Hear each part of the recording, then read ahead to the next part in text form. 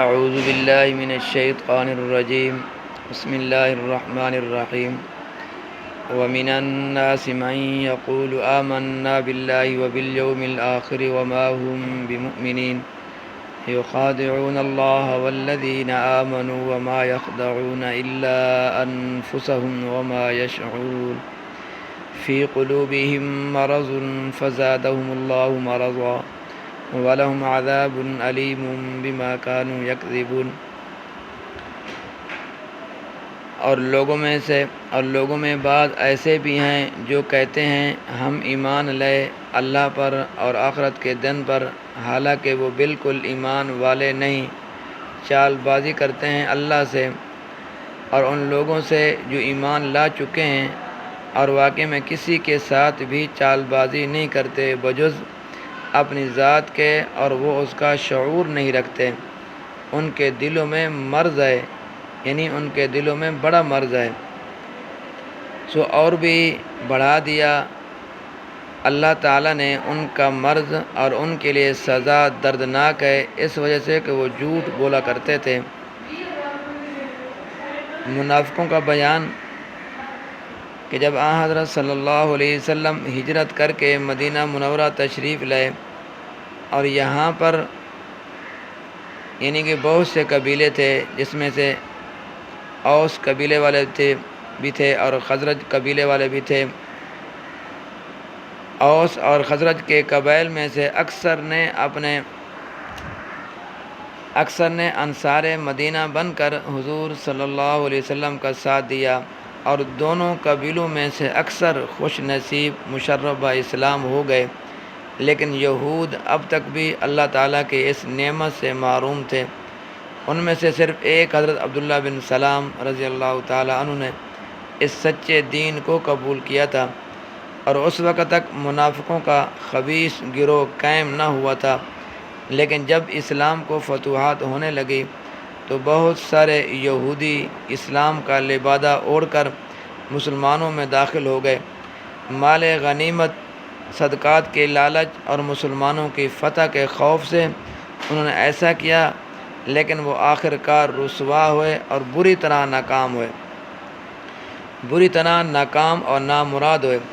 ان کا حال بیان کرتے ہوئے فرمایا کہ ظاہراً تو یہ کہتے ہیں کہ ہم اللہ تعالیٰ اور آخرت پر ایمان لائے، مگر دل سے وہ مسلمان نہیں ہیں۔ وہ اپنی اس منافقت سے اللہ تعالیٰ اور مومنین کو دھوکہ دینا چاہتے ہیں، جبکہ دراصل وہ خود دھوکے میں مبتلا ہیں، لیکن بے سمجھی کی وجہ سے آگے بڑھتے چلے جا رہے ہیں،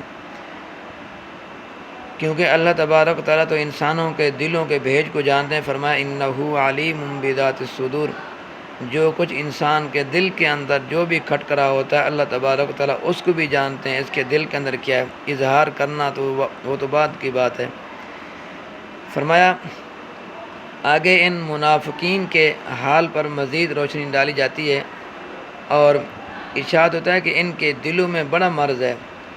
یہاں ان منافقین کی باطن کی خرابی اور عقائد کے فساد کو مرض اور بیماری سے تعبیر فرمایا، اور یہ لفظ مرض ان کے نفاق، شک اور تردد اور کذب اور انکار، درپردہ رسول اللہ صلی اللہ علیہ وسلم سے اور ایمان والوں سے عداوت، بغض، حسد وغیرہ سب کو شامل ہے۔ آگے بتایا گیا کہ شک اور نفاق اور بغض اور حسد کی یہ بیماری جو ان کے دلوں میں لگی ہوئی تھی، کم ہونے کے بجائے روز بروز بڑھتی گئی۔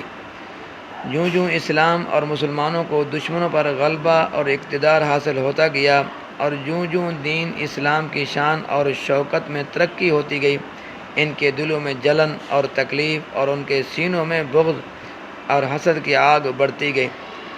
جوں جوں قرآن نازل ہوتا، ان کا کفر اور نفاق بڑھتا جاتا، کیونکہ ہر آیات کے ساتھ منافقانہ سلوک کرتے، بظاہر اسے مانتے لیکن دل میں اس کا انکار کرتے، تو ان کی یہ بیماری انہی کی بدعمالیوں اور بد پرہیزیوں کا نتیجہ تھی۔ آخرکار یہ اپنے اس خطرناک مرض کی وجہ سے ہلاکت میں پڑیں گے، اور دائمی عذاب، عارضی عذاب بھی نہیں بلکہ ہمیشہ کے عذاب کے اندر وہ پڑے رہیں گے، اور دردناک سزا کے مستحق ہوں گے۔ اور یہ سزا ان کو مسلسل ان کی کذب بیانی اور نفاق پر لگاتار اصرار کی وجہ سے ملے گی۔ پھر فرمایا دل کی بیماریاں کیا ہیں؟ آیات سے صاف ثابت ہوتا ہے کہ دلوں میں بیماریاں ہوتی ہیں، اس لیے تمام صوفیاء کرام اور مشائخان طریقت قلب کی صفائی، باطن کی درستی اور قلب کو تمام اخلاق ذمیمہ سے پاک رکھنا ضروری فرماتے ہیں۔ دل کی بیماریاں یہ ہیں: حسد، بغض، کینہ، عداوت، بجا، غصہ، بخل، مال کی محبت، حب جاہ، حب شہرت، دنیا کی محبت، فرمایا تکبر اور خود پسندی، ریا۔ ان تمام بیماریوں سے قلب کو پاک کرنا لازمی اور ضروری ہوتا ہے۔ جب بیماریوں سے دل پاک ہوگا تو خوف خدا، زہد، صبر، شکر، توکل، اخلاص، صدق، محبت الہی وغیرہ صفات سے دل منور ہوگا۔ اللہ تعالی ہمارے دلوں کی ہر طرح کی روحانی بیماری سے محفوظ فرمائے، آمین۔ اب سوال یہ ہوتا ہے کہ اب بھی منافق ہیں؟ فرمایا منافق کے نفاق کو پہچاننا، اس کو منافق قرار دینا دو طریقوں سے ہوتا ہے۔ ایک تو یہ کہ اللہ تعالیٰ نے اپنے رسول صلی اللہ علیہ وسلم کو بذریعہ وحی بتا دیا کہ فلاں شخص دل سے مسلمان نہیں ہے، یعنی منافق ہے۔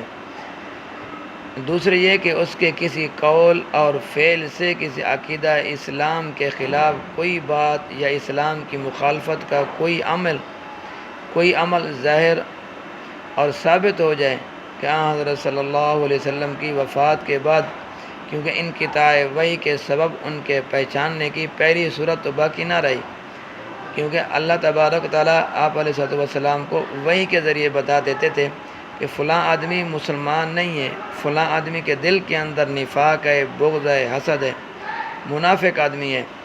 لیکن پہلی صورت ختم ہو گئی، کیونکہ وحی کا جو طریقہ کار تھا، جو وحی آتی تھی آپ علیہ السلام پر، وہ تو ختم ہو گئی۔ پہلی صورت تو باقی نہ رہی، مگر دوسری صورت اب بھی موجود ہے۔ جس شخص کے کسی قول اور فعل سے اسلامی قطعی عقائد کی مخالفت یا ان پر استہزاء یا تعریف ثابت ہو جائے، وہ منافق سمجھا جائے گا۔ ایسے منافق کا نام قرآن کی اصطلاح میں ملحد ہے، الذین یلحدون فی آیاتنا، اور حدیث میں اس کو زندیق کے نام سے موسوم کیا گیا ہے۔ حضرت امام مالک رحمہ اللہ سے عمدہ شرح بخاری میں نقل کیا گیا کہ بعد زمانہ میں نبوت کے نفاق کی یہی صورت ہے، جس کو پہچانا جا سکتا ہے، اور ایسا کرنے والے کو منافق کہا جا سکتا ہے۔ تو معلوم ہوا کہ منافقوں کا وجود اسلام میں ہمیشہ رہا اور اب بھی موجود ہے۔ تو دعا کیجئے کہ حق تعالی ہم کو ایمان کامل نصیب فرمائیں اور نفاق کی ہر چھوٹی بڑی خصلت سے ہمارے قلوب کو پاک رکھیں۔ اللہ تعالی منافقین کی شرارت اور فتنوں سے اسلام اور خصوصاً اس ملک پاکستان کو پاک اور محفوظ رکھے، آمین۔ اللہ تبارک و تعالی میرا اور آپ کا حامی و ناصر ہو۔